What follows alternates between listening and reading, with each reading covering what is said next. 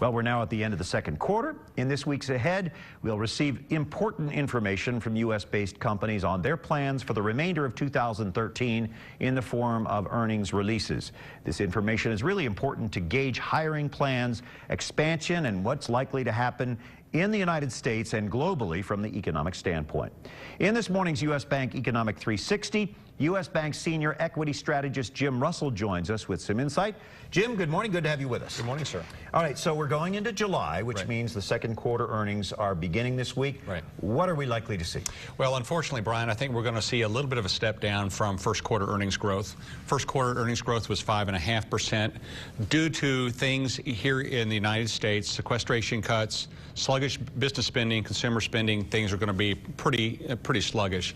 What you see on the screen is our earnings estimates for the S&P 500 up 3.3% year over year. So that's against last year's second quarter. Revenue actually will fall in terms of the year over year comparison. That's where we're probably the most concerned. Now, for the full year, we have some different numbers here for 2013, and you can see that those numbers really pop up quite nicely. 6.7% for full year S&P 500 earnings growth and revenue growth of around 2.75%. So we're looking for a bit of a stronger second half as we move through 2013. Probably the second quarter represents the low point for the year. So we watch and wait for the release of these reports. Right. What are the strong point of these releases and the weaknesses? Yeah, the S&P 500 is divided into 10 different categories, some of them with kind of some funny names. We'll take a look at that in just a second.